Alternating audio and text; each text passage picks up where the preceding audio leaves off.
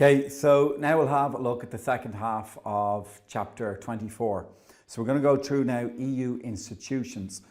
So again, you'd have skimmed over this, so there's no point. Make sure you revise over what we did at the end of the last chapter there on chapter 24, where we're looking at like the decision-making process of the EU.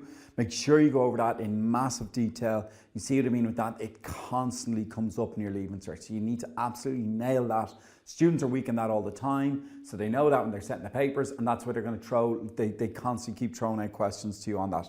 Also, one last little thing to stress though is that with that they might say like, right, what is the decision-making process of the EU, but they also might phrase it in different ways, like outline how directives and regulations are formulated or describe the legislative process. Okay, you need to be a bit sharp. They might write that question and phrase it in different ways, and make sure you don't get cut out there. Anyway, so once you know those different institutions though, the Commission, the Parliament, the Council, the EU, they're all going to come back up here again. So that knowledge you'd have gained from the end of the last video, that's going to stand to here. So let's go through the different institutions in the EU. So the first one we'll have a look at now is the European Commission. So again, if this comes up, it's straightforward enough. They'll ask you to outline the role of the European Commission, right? So it consists of one commissioner from each member state. So currently there are 27 commissioners. That's fine. So what is their role? The first thing they need to do is they propose new laws. So what you want to note here is when they propose a law, they'll draft a law to tackle a problem that they think needs to be tackled, right? So they will draft the original law and then they'll send it to the European Parliament, who will review it and amend it. But that's the first thing you need to note. The second thing then is once any legislation, remember the decision-making process we went through, that like the Commission proposed the law, they send it to Parliament to amend it, then it's passed through by the Council of the EU. Once all that's been done, the law is then sent back to the European Commission, and their job is to enforce that legislation. So I always stress that if they ever ask you about the European Commission, circle back to the fact that they've played a massive role in the legislative process. They will propose laws for legislation, but they will also make sure those laws get enforced. And they're the dual roles there of the European Commission, right? So then even within that, some other things that is really, really crucial is that like through the EU competition policy, that you can see here that the European Commission prevented Ryanair's takeover of Aer Lingus. So remember we were looking at that before in the previous chapters when we were looking at privatisation and takeovers. The European Commission prevented Ryanair from taking over Aer Lingus because they felt it would be a breach of the European competition policy, because they felt that it gave Ryanair an unfair monopoly on the Irish airline industry. So they can enforce laws as well, right? And then in general, it's a great little phrase to remember when you're talking about the EU, they are the executive body of the EU. And the other little thing to note there is with them, they will also draft the EU budget. So along with the Court of Auditors, the role of the European Commission is to ensure that that any revenue, the EU budget is allocated properly, and any revenue given from any funding given from the EU to member states, they want to make sure that funding is spent exactly for its required purpose. So again, if let's say the EU give money to Ireland through the European Regional Development Funds to build a road, the role of the Commission is to ensure that money is actually spent on development of a road, okay, of that road.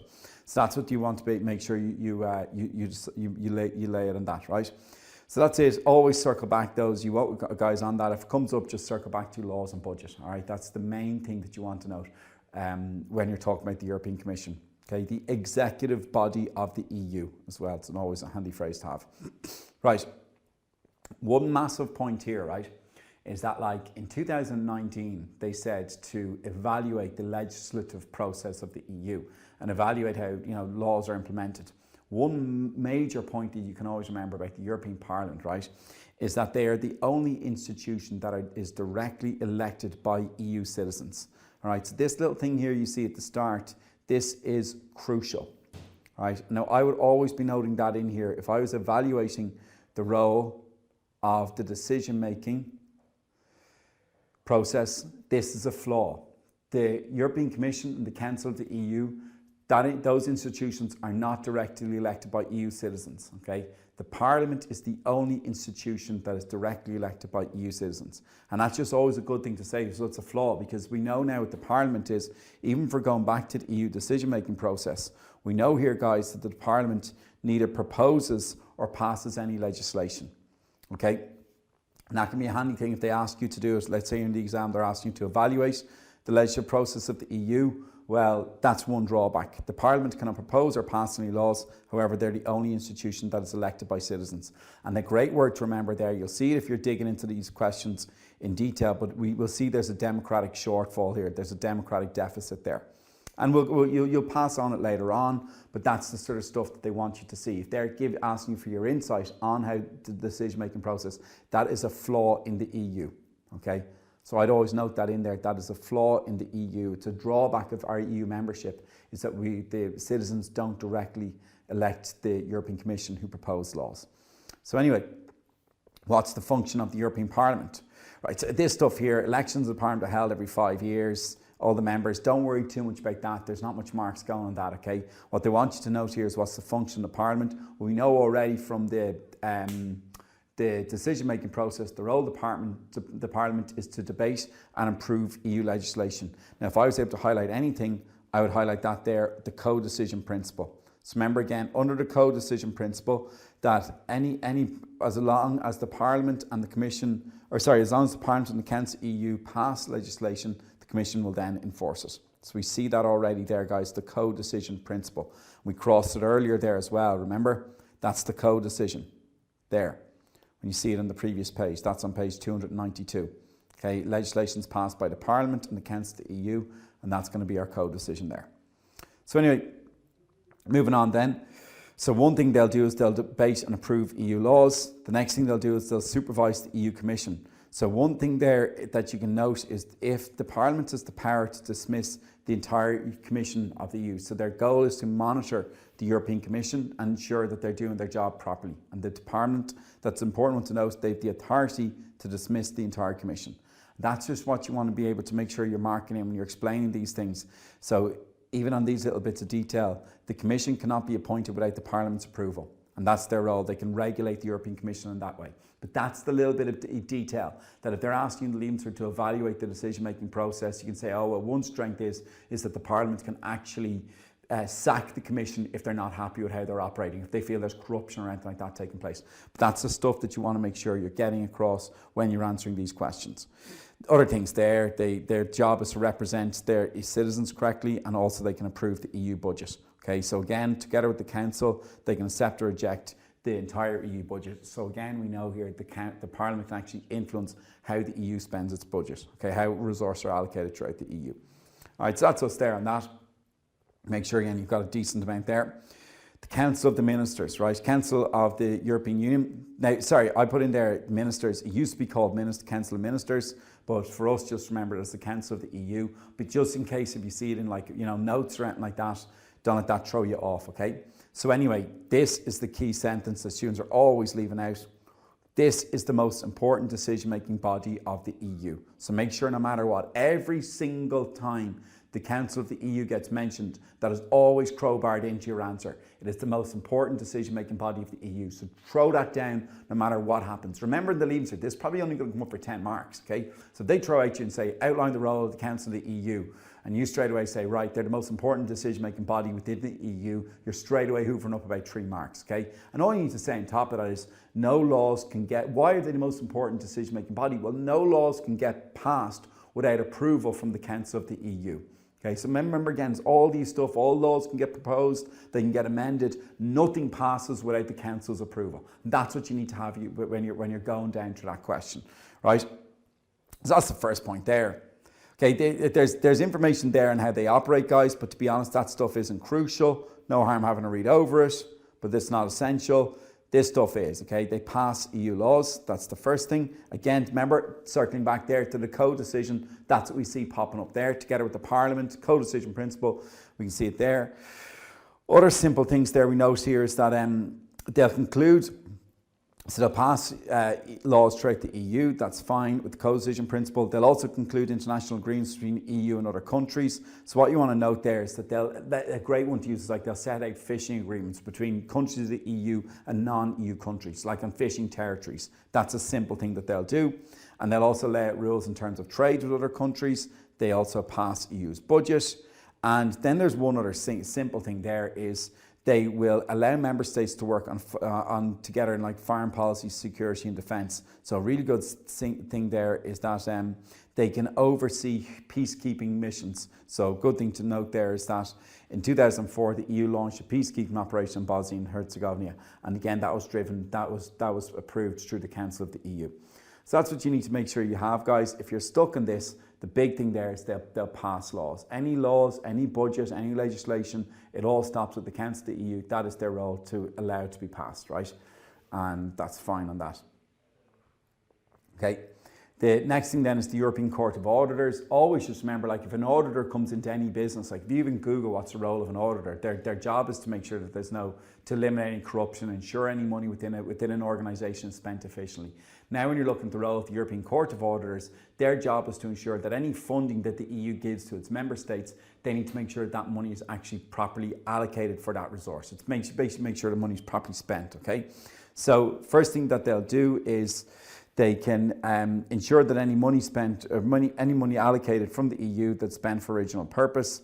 The court has one member from each country, and a big thing there is if the Court of Auditors finds anything wrong, they draw the attention to the European Commission about any problems that they may have. So let's say they look at one country and they say that country isn't using the money properly, or there's some element of corruption taking place. The Court of Auditors then report that to the European Commission, and the European Commission take action on it. This stuff, I know it's tiring. Like if you're watching through this, I even know from doing this at class and stuff, they can get very tired. You know, it can be boring enough. But these are the little nuggets of information that you need to make sure you have.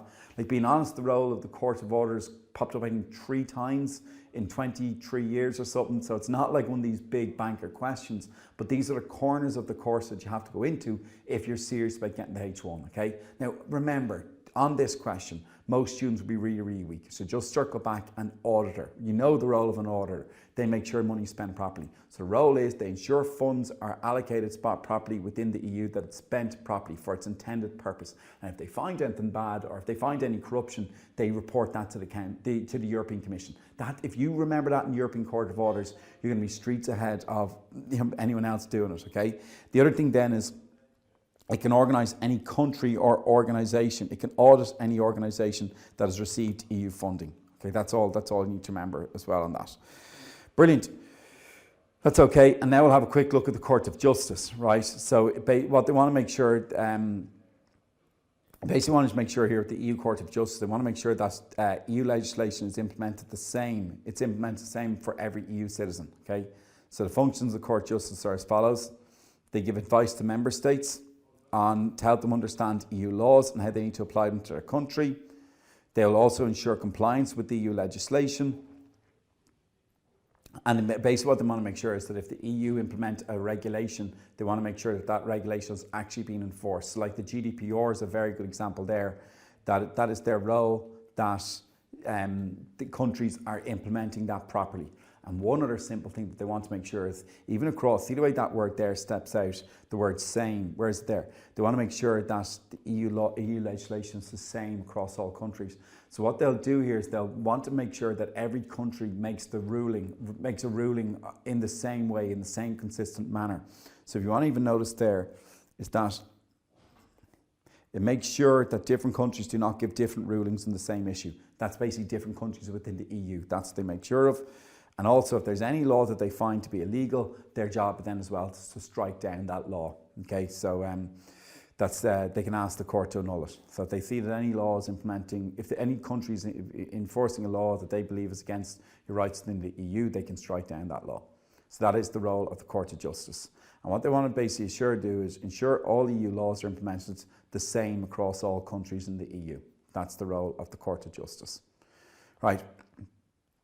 One other question then to look out for is the role of special interest groups in EU decision making. Now, no matter what, like if this comes up here, the way I'd look out for it is like a perfect example there, like an interest group, okay? So remember again, this is an organisation that represents a common viewpoint, okay? So again, you'll have a great example there is like the Irish Farmers Association is a good example of an interest group. So what's their role in the EU? So the Irish Farmers Association will have an office in Brussels, and the reason they'll do this is they'll want to make sure that any legislation that's being brought in, that it's favourable towards Irish farmers. Also, think of all the money that's being directed every year through the Common Agricultural Policy. So the Irish Farmers Association will want to make sure that Irish farmers are well supported from the Common Agricultural Policy.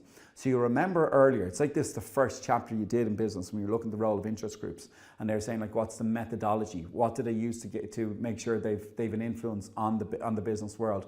It's that word beginning with L. Do you remember it? Lobbying. Okay, so the role of the special interest groups in the decision-making process is they will lobby the members of the European Parliament to make sure any legislation is amended in their favour. They'll also lobby members of the European Commission to implement legislation that's in their favour. And the simpler thing you can remember is they'll also have an office in Brussels to ensure that their representatives are the people they're representing they make to ensure that their voice is properly heard and they're properly represented. So that's it there. The key word here you'll see all the time on this is just the word lobby, lobby, lobby. Just make sure you've got that hammered down on your answer. And see the way, why do we say Brussels, guys, is because that's where the European Parliament, that's where the European Commission is based. The Parliament is a funny one. It's based in Strasbourg in France, but it's also based in Brussels. So it kind of hovers between both places. But that is where the interest groups will set up. All right, that's fine. And always, guys, when you're talking about interest groups, circle it back to the Irish Farmers Association. Right, that's an easy one there as well. All right, that's great. There's nothing else there that'll catch you out. Okay, so if we look here, we'll have a quick look here at EU policies. Okay, so we'll look here at the Common Agricultural Policy. So again, the Common Agricultural Policy, its goal is to create a decent standard of living for Irish farmers. Again, how do they do that? So again, guys, are moving into policies from the EU. Common Agricultural Policy basically ensure there's free trade in the EU without any barriers. That's fine. The grants, guys, as you saw earlier. So remember again, look at this. I know I'm kind of transitioning quite quickly through this, but it's very straightforward stuff. We're now looking at policies that the EU have implemented. Now, guys, Ireland as a country has benefited hugely from the Common Agricultural Policy, and that's what they're going to want you to be able to explain. So the first thing there with the Common Agricultural Policy is we're allowed trade all over the EU without any restrictions. They also give a huge amount of grants to farmers to help them operate, right?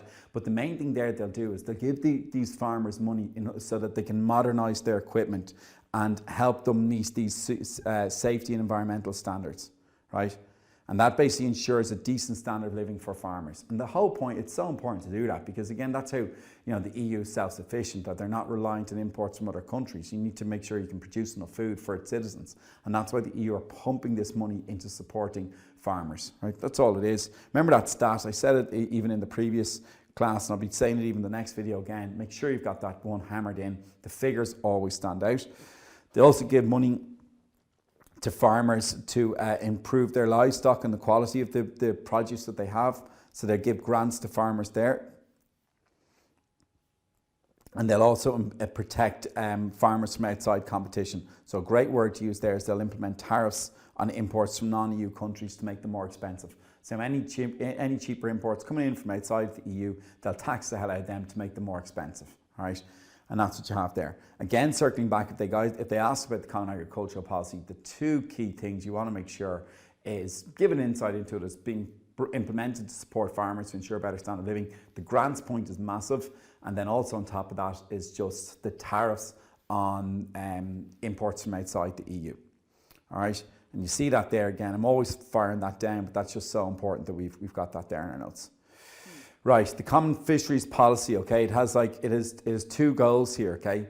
The Common Fisheries Policy is set up to support fishermen, but it's also been implemented to prevent overfishing, right? So how do they support fishermen, right? The first thing they do is they fix the price of fish for the year to guarantee fishermen a decent standard of living. You can see that there is they give grants to fishermen as well to help them buy better equipment. And also they'll engage in a marketing campaign advertising the benefits of fish to increase the demand for fish, right? So that is how the Common Fisheries Policy supports fishermen.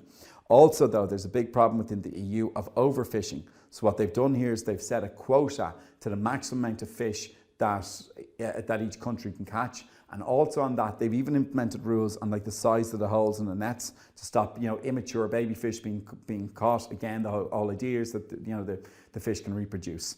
And one last thing is they also prevent illegal fishing. So they're preventing like other countries fishing in territories that they're not allowed to fish in. So what they've done is they've got fishery protection vehicles where they patrol the seas, the waters within the EU to ensure that there's no illegal fishing taking place, that there's no countries fishing in areas where they're not allowed. Okay, so that's the two big things to stress.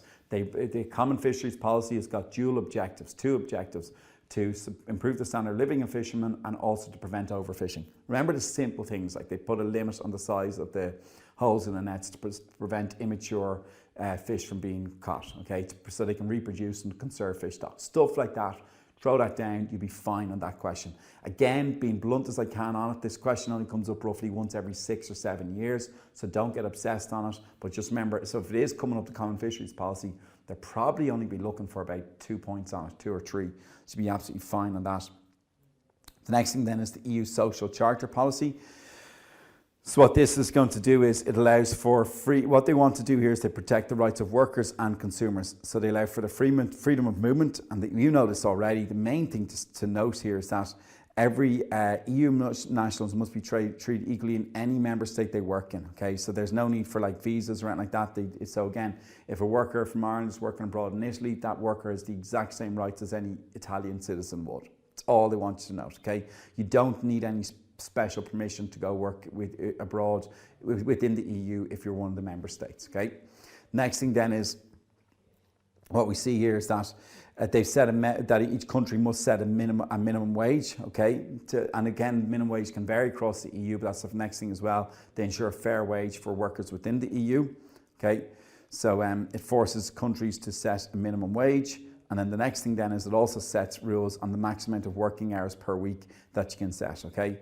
So it mandates minimum daily rest of 11 consecutive hours, at least one full day off every 7-day period. Okay, stuff like that they've enforced by law. So simple thing here is you can't have in your contract that you work 6 days a week. That's all it is there. Okay, so but again, what I've been noting there, guys, is that is an example of the working time directive. But does everyone see that difference there? Directive, a difference between regulation and directive. Directive is used to bring national laws into line with each other. So they brought that in across the EU, stating that like no firm can have it set in an employee's contract that they work 7 days in a row. Okay, that's the idea, that you're not set that you have to work Monday to Sunday every day. Okay, but that's a directive. Remember, these are laws. This is implemented by the EU to bring national laws into line with each other. Again, being as blunt as I can on this, with the EU Social Charter policy, they're probably going to only look for 2 points. So if you even circle back to like the freedom of movement, it ensures freedom of movement for all EU citizens and also a fair wage. Okay, every country must set a minimum wage, and then also the working hours directive. That's perfect, right? Next thing then, the last thing we'll finish off on here is the EU competition policy, right? So again, what they want to do here, this is another policy brought out through the EU, but this is where they want to ensure fair competition between businesses in the EU.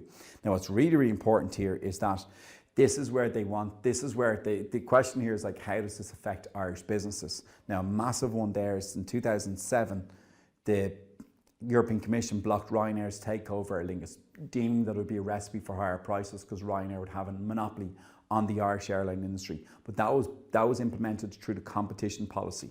Okay, so this stuff, I know it's quite complicated, it could be quite long-winded, but that's what you have to be able to spot when you're talking about the EU competition policy, right? So we have a look at it again. It ensures free competition.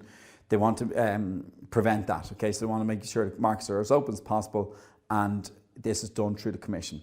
Next one then is businesses cannot form cartels, okay? So remember again, cartels, this when like, a group of suppliers, a group of businesses in a market might come together to fix the prices. That's illegal, okay? So you couldn't have a case of like, 4 insurance companies coming together and saying, right, let's fix the price here, forcing the market price up. So businesses, it's illegal for businesses to collude together and form a cartel. That's fine. Remember again, use those words, cartel, colluding, that's illegal.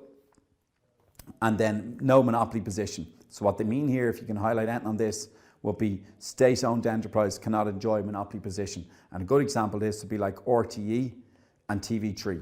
So again, it used to be like, 20 years ago, 25 years ago, there was no TV3, but again, they were brought in because again, you cannot have a state monopoly, okay? It used to just be RTE, that was the only place where you could watch TV. Now it's opened up the market, now TV3 have a licence and they can also, that's opened up the market there. And one last thing there is firms in a dominant position cannot abuse their power by increasing prices. So that's the other thing there where they can intervene as well, the European Commission, through the competition policy. So if they see that one firm has got a monopoly in a market and they're selling an essential good and they're price gouging, they're pushing up the prices, that is where the EU can intervene. One last thing, which is really, really crucial, is the European Commission has the authority to fine companies that are breaching this act. And again, we circle back to Apple. They fined Apple 13 billion for unpaid taxes in Ireland. But the idea here is that they said, like, right, Apple have a dominant position because they know they employ so many people in Ireland that the Irish government will not force them to pay the money. So again, the European Commission made a ruling against Apple that they owe Apple 13 billion in unpaid taxes. But that's them there. Just make sure again with this is that you've got it broken out. Honestly, I do accept with this that these 2 points are very similar. So even if you wanted to have it like, right, it ensures free competition, business cannot form cartels, and also the role of the European Commission is to enforce it. Okay, so make sure you've got that bottom point down there at number 5 there. That's really, really crucial that you tie that in with it as well. But look, the next thing we'll be looking into is the single European market, and that's a separate video again in itself. So we'll leave it at that for now, okay? Thank you.